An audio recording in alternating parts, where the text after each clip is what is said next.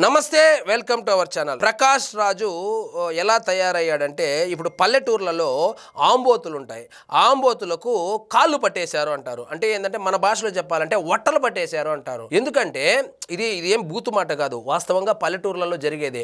ఆంబోతు దాని పని అది చేయకుండా ఆవుల మీదకి వెళ్ళడము, ఆవులు దొరకపోతే యజమాని మీదే తిరగబడడం లాంటిది చేస్తూ ఉన్నప్పుడు, ఆహారం కూడా సరిగ్గా తీసుకోకుండా బక్క చిక్కిపోతా ఉన్నప్పుడు ఏం చేస్తారంటే కాళ్ళు పట్టేస్తారు. దానికి కాళ్ళు పట్టేసినప్పుడు ఏ విధంగా ఆ పట్టిన రోజు కావచ్చు, ఆ 10 రోజులు కావచ్చు, ఆ ఆంబోతు అల్లాడిపోతుంది. ఆ విధంగా అల్లాడిపోతున్నాడు ప్రకాష్ రాజు. సో నిన్నటి ఒక 4 రోజులుగా చూస్తే ఒక డజన్ ట్వీట్లు వేసింటాడు, ఒక 1/2 డజన్ వీడియోలు రిలీజ్ చేసింటాడు. ప్రశ్నని అరెస్ట్ చేస్తారా, ఖైదు చేస్తారా అని వచ్చిరాని తెలుగులో ఖైదు చేస్తారా, ఇదేనా ఫ్రీడమ్ ఆఫ్ స్పీచ్కి మీరు ఇచ్చేటువంటి రెస్పెక్ట్? ఫ్రీడమ్ ఆఫ్ స్పీచ్ అంటే మీకేమో తెలుసునా, మీ నాన్న పోలీస్ ఆఫీసరే కదా, మీరు అయినా కూడా మీరు ఈ విధంగా కక్ష సాధింపు చర్యలకు పాల్పడతారా పవన్ కళ్యాణ్ గారు, అది ఇది అని చెప్పి వీడియోలు పెడతా ఉన్నారు. ఆయనకు తెలియనిటువంటి విషయం ఏంటంటే, నిన్న ఒక వీడియో రిలీజ్ అయింది. రావణ రాసలీలలో అనేటువంటి ఒక వీడియో అయితే రిలీజ్ అవ్వడం జరిగింది. ఇప్పుడు ఆ వీడియోను కూడా రావణు ఇప్పుడు మామిడి పండ్ల సీజన్ కాబట్టి రసాల మామిడి పండు తింటా ఉన్నాడు. ఆ మామిడి పండు ప్లేస్లో ఎవరినో అమ్మాయిని పెట్టి మార్ఫింగ్ చేసేసి ఏఐలో వీడియో జనరేట్ చేశారు అని కూడా చెప్తారు. ఇంకెలాగో వాళ్ళు అదే చెప్తారనుకోండి. సో ఆయన రాసలీలలో బయటికి రావడము, ముఖ్యంగా వీళ్ళిద్దరూ మాట్లాడుకున్నటువంటి మాటలు ఏవైతే ఉన్నాయో, రావణు మరియు ప్రకాష్ రాజు మాట్లాడుకున్నటువంటి ఆడియో క్లిప్పింగ్స్ నిన్న మొన్న వీకెండ్ మొత్తం దద్దరిల్లిపోయింది సోషల్ మీడియా. అంటే రావణ్ చెబుతాడు ఏం ట్వీట్ చేయాలని, ఆయనకి చెప్తాడు ఏం వీడియో చేయాలని. సో వీళ్ళిద్దరూ కలిసి పవన్ కళ్యాణ్ గారిని హిందూ దేవుళ్ళను, హిందూ దేవతలను ఏ విధంగా కించపరచాలి, ఏ విధంగా ప్రొవోక్ చేయాలి, ముఖ్యంగా వీళ్ళ అల్టిమేట్ గోల్ ఏంటంటే జగన్మోహన్ రెడ్డి గారిని ఎలా ముఖ్యమంత్రిగా చేసుకోవాలి. ఇప్పుడు జగన్మోహన్ రెడ్డి గారు ముఖ్యంగా ముఖ్యమంత్రి కావాలి అంటే ఈ కూటమి పార్టీలు విడిపోవాలి. వాళ్ళేమో విడిపోయేలాగా లేదు, ఎన్ని గొడవలు పెట్టినా వాళ్ళు ఇంకా స్ట్రాంగ్గా, వాళ్ళ బంధం ఇంకా ఫెవికాల్ బంధం లాగా అయిపోతా ఉంది, కానీ విడిపోయేటువంటి పరిస్థితులు కనపడడం లేదు. కాబట్టి కింద కార్యకర్తల మధ్య గొడవలు పెట్టడం అనేది మొదలు పెట్టారు. సో అందులో భాగంగానే రావణ్ అరెస్ట్ అయ్యాడు. రావణ్ ఈసారి అరెస్ట్ అయ్యిండేదేవి చిన్న కేసులు కాదు, అదేందో ఉపా కేసులు అంట. ఉపా కేసు అంటే అరెస్ట్ చేసిన తర్వాత ఉప్మా ఏం బెటరు పిలిచి అది అసాంఘిక కార్యక్రమం, అది దేశ సమగ్రతకు సంబంధించి రాజద్రోహం కేసు ఆయన మీద పెట్టిండేది. ఉమర్ ఖలీద్ మీద పెట్టారు చూడు, సేమ్ అలాంటి సెక్షన్లే పెట్టారు.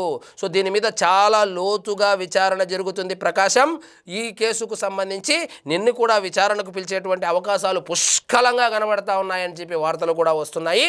సో నువ్వు కాలుగాలిన పిల్లిలాగో లేకపోతే కాళ్ళు పట్టేసినటువంటి ఆంబోతులాగో రంకెలేయకుండా అసలు ఆ వీడియోను కూడా సమర్థిస్తాడు. అతని మీద వస్తున్నటువంటి ఆరోపణలు ఏమిటో తెలుసా ప్రకాశం? అతను సహ ఉద్యోగులతో ఆయన అసభ్యంగా ప్రవర్తించాడు. ముగ్గురుతో అసభ్యంగా ప్రవర్తించిన ఆధారాలు లేకుండా ఆ కంపెనీ వాళ్ళు అతన్ని ఏమీ చేయలేకపోయారు.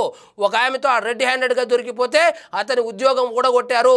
ఉద్యోగం ఊడగొడితే ఈ సెక్యులర్ ముసుగులో ఒక కెమెరా ఒకటి కొనుక్కొని యూట్యూబర్ అవతారం ఎత్తి కులము మతము మొత్తము మార్చుకొని, పేరు మార్చుకొని, ఎడ్యుకేషన్ క్వాలిఫికేషన్స్ కూడా మార్చుకొని నీలాంటి స్వయం ప్రకటిత మేధావులతో ఆయన స్నేహం చేసి వీడియోలు చేస్తా ఉన్నాడు అనేటువంటి వార్తలు వినపడతా ఉంది ప్రకాష్ రాజ్. కాబట్టి ఇప్పుడు వస్తాడు అలాంటి కేసులు పెడతారా అని. మరి నక్సలైట్లకు సంఘీభావంగా వీడియోలు చేస్తేనో, లేకపోతే ఆపరేషన్ సింధూర్ మీద కామెడీ చేస్తేనో, మన సైనికుల మీద ప్రాణాలకు తెగించి పోరాడుతున్నటువంటి సైనికులను మీ వెటకారం చేస్తేనో ఇంకేం కేసులు పెడతారు? అట్లాంటి కేసులే పెడతారు. కాబట్టి 4 సార్లు బెయిల్ వచ్చేసింది అంటే పవన్ కళ్యాణ్ తప్పు చేస్తున్నాడు, కోర్టు బెయిల్ ఇచ్చిందంటే రావణ్ తప్పు చేసినట్లు కాదు కదా అని చెప్పి మితండవాదం చేస్తున్నావు. బెయిల్ వచ్చిందంటే అదేం క్లీన్ చిట్ ఇచ్చినట్లు కాదు, రాజ్యాంగము నిందితుడికి కూడా కల్పించినటువంటి ఒక చిన్న అవకాశం అది. ఇప్పుడు బెయిల్ వస్తే క్లీన్ చిట్ వచ్చేసినట్లంటే జగన్మోహన్ రెడ్డి బెయిల్ మీద ఉండి ముఖ్యమంత్రి కూడా అవ్వగలిగాడు.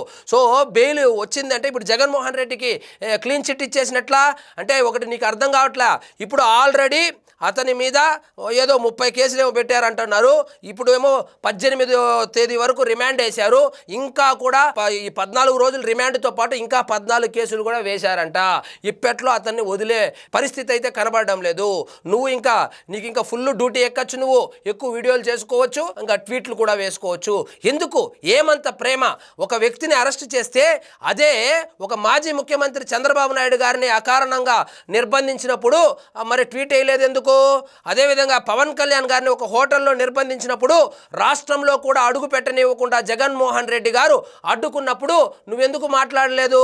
సో జగన్మోహన్ రెడ్డి గారు అధికారంలో ఉన్నప్పుడు ఎంతమంది తెలుగుదేశం జనసేన కార్యకర్తల మీద కేసులు పెట్టారు, అప్పుడు ఎందుకు మాట్లాడలేదు? నువ్వు జగన్మోహన్ రెడ్డి గారు మీరు అంతే కదా. అది జనాలకు అర్థమైపోయిందిలేండి. కాబట్టి నువ్వు జగన్మోహన్ రెడ్డి గారికి అదే ఇలాంటి కేసులోనే డిఎంకేకి పార్టీకి సంబంధించినటువంటి ఒక మాజీ మంత్రిని ఎమ్మెల్యేని అరెస్ట్ చేశారు. సో అక్కడ వెళ్ళి మాట్లాడకపోయావా? అక్కడ డిఎంకేకి సపోర్ట్గా నువ్వు ప్రచారం కూడా చేసావు కదా, విజయ్కి వ్యతిరేకంగా ప్రచారం చేసావు కదా. విజయ్కి రాజకీయాలే తెలియదు, డ్రైవర్కి టికెట్ ఇవ్వడమేంది, డ్రైవర్కు డ్రైవింగ్ తెలుసు కానీ పాలిటిక్స్ ఏం తెలుసా అన్నావు కదా. ఆ డ్రైవర్ ఎమ్మెల్యే అయ్యాడు కదా, ఇప్పుడు అతను మంత్రి అయ్యాడు కదా. నువ్వు సపోర్ట్ చేసినటువంటి పార్టీ దిక్కు దివానం లేకుండా ఓడిపోయింది కదా. కాబట్టి ఇతర రాజకీయ పార్టీలు కావచ్చు, కార్యకర్తలు కావచ్చు, ఒకటి గుర్తుపెట్టుకోండి, ప్రకాష్ రాజు ఒక పార్టీకి కానీ ఒక వ్యక్తికి కానీ సపోర్ట్ చేస్తూ ఉన్నాడంటే వాళ్ళు సర్వనాశనం అయిపోతారు అనే దానికి నేను 5 ఉదాహరణలు చెప్తాను చూడండి. ఒకటి, డిఎంకే పార్టీ అడ్రస్ గల్లంత అయిపోయింది. కమ్యూనిస్ట్ పార్టీ కేరళలో అడ్రస్ గల్లంత అయిపోయింది. దీది ఎక్కడ మన పశ్చిమ బెంగాల్లో అసలు పార్టీనే లేదు, పార్టీ ఆఫీస్ కూడా లేదు, పార్టీ ఆఫీస్ కూడా నీది కాదని తరిమేసినారు. అరవింద్ కేజ్రీవాల్ ఎక్కడ పోయినాడు? అడ్రస్సే లేడు.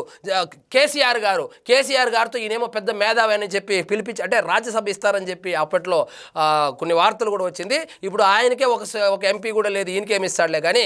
కాబట్టి ప్రకాష్ రాజుని నమ్ముకుంటే ఏం జరుగుతుందంటే ఈ 5 ఉదాహరణలు చెప్పిన తర్వాత కూడా ఇప్పుడు మన వైఎస్ఆర్సీపీకి వాళ్ళు ఈ హిందూ వ్యతిరేక శక్తులైనటువంటి ప్రకాష్ రాజ్ వీడియోలు కావచ్చు, ఈ రావణ్ వీడియోలు కావచ్చు, ఇలాంటి వీడియోలు సర్క్యులేట్ చేయడం వల్ల హిందువులు వైఎస్ఆర్సీపీకి దూరం అవ్వడం తప్పితే మీకు పైసా మ్యాటర్ లేదు. ఇప్పుడు ఉదాహరణకు ప్రకాష్ రాజునో రావణ్నో ఇష్టపడే వాళ్ళు కావచ్చు, వాళ్ళ వీడియోలను వైరల్ చేసే వాళ్ళు కావచ్చు, వాళ్ళు వైఎస్ఆర్సీపీకే ఓటేస్తారు. కానీ మీరు చేసేటువంటి ఈ వైరల్ ఏదైతే వీడియోలు వైరల్ చేస్తున్నారో ఆ వీడియోలు చూసినటువంటి హిందువులు ఖచ్చితంగా మనసు నొచ్చుకుంటుంది. అంటే వైఎస్ఆర్సీపీ అంటే హిందూ వ్యతిరేక శక్తి అని ఆల్రెడీ అనుకుంటా ఉన్నారు. ఇంకా పెద్ద రాజముద్ర పడిపోబోతుంది. ఈ రాజద్రోహం కేసులో బుక్ అయినటువంటి రావణ్ని వెనకేసుకొని వస్తే మీకు మళ్ళా రాజముద్ర పడుతుంది, ఇది హిందూ వ్యతిరేక శక్తులని. జగన్మోహన్ రెడ్డి గారు పొద్దున హే రామ్ అంటాడు, సాయంత్రం హే రావణ్ అంటాడు. రావుణ్ణి, సీతమ్మను అవమానించినటువంటి రావణ్ణి వెనకేసుకొని వస్తాడు. జనాలు గమనిస్తూ ఉన్నారు. సో ఈ కేసుకు సంబంధించి మీరు కనుక చూస్తే అంటే దళితులు దూరం అయిపోతారు, ఆ పార్టీకి దూరం అయిపోతారు, ఈ పార్టీకి దూరం అయిపోతారు అనేటువంటి ఒక వాదన అయితే జరుగుతుంది. ఏ పార్టీకి దూరం అవుతుంది? ఇప్పుడు మీరు వే టు ఎస్ఎంఎస్లో రావణ్కు సంబంధించినటువంటి వార్త వస్తే ఎన్ని డిస్లైక్స్ వస్తున్నాయి, ఎన్ని లైక్స్ వస్తున్నాయి చూడండి. నిన్న ప్రకాష్ రాజ్ పెట్టినటువంటి వీడియోకి 1800 లైక్లు వస్తే 18,000 డిస్లైక్లు వచ్చినాయి. అంటే ప్రకాష్ రాజ్ అది మన రేంజు. కాబట్టి జనాలు వీళ్ళ మీద ఎంత కోపంగా ఉన్నారో, విసుగు చెంది ఉన్నారో దానికి ప్రత్యక్ష సాక్ష్యము నేను చెప్పినటువంటి ఇన్సిడెంటే. కాబట్టి ప్రకాష్ రాజ్ వీడియో వైరల్ చేస్తే కూడా ఆ పార్టీకి కానీ ఆ కార్యకర్తలకు గాను గల్లంత అయిపోతారనే దానికి డిఎంకేనే ప్రధాన ఉదాహరణ. సో ఇదండి ఈరోజు మన టాపిక్. మీకు ఈ వీడియో నచ్చినట్లయితే లైక్ చేయండి, షేర్ చేయండి, ఛానల్ మాత్రం సబ్స్క్రైబ్ చేసుకోవడం మర్చిపోవద్దు.